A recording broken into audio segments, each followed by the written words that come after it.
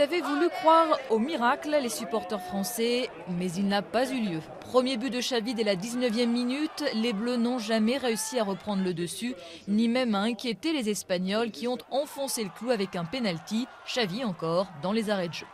Triste fin de soirée à Paris dans les jardins du Trocadéro, où le match était retransmis sur écran géant. Franchement, on a un peu d'espoir, ils ont fait quelques bons trucs, mais ils ont pas été jusqu'au bout, c'est dommage. Ils n'ont pas été assez vifs, réactifs, non, ils étaient mous, quoi, je trouvais. Ils n'ont pas cru à leur match et voilà ce qui arrive à la fin. L'aventure s'arrête donc là pour les Bleus et le bilan n'est pas fameux. Certes, les Français ont rempli le contrat minimum qui leur avait été fixé par la Fédération de football, à savoir se qualifier pour les quarts de finale de cet Euro. Mais mis à part leur victoire 2-0 face à l'Ukraine, ils n'ont pas brillé sur le terrain. Les talents individuels comme Franck Ribéry ou Karim Benzema n'auront guère servi le groupe et la France a pêché en défense.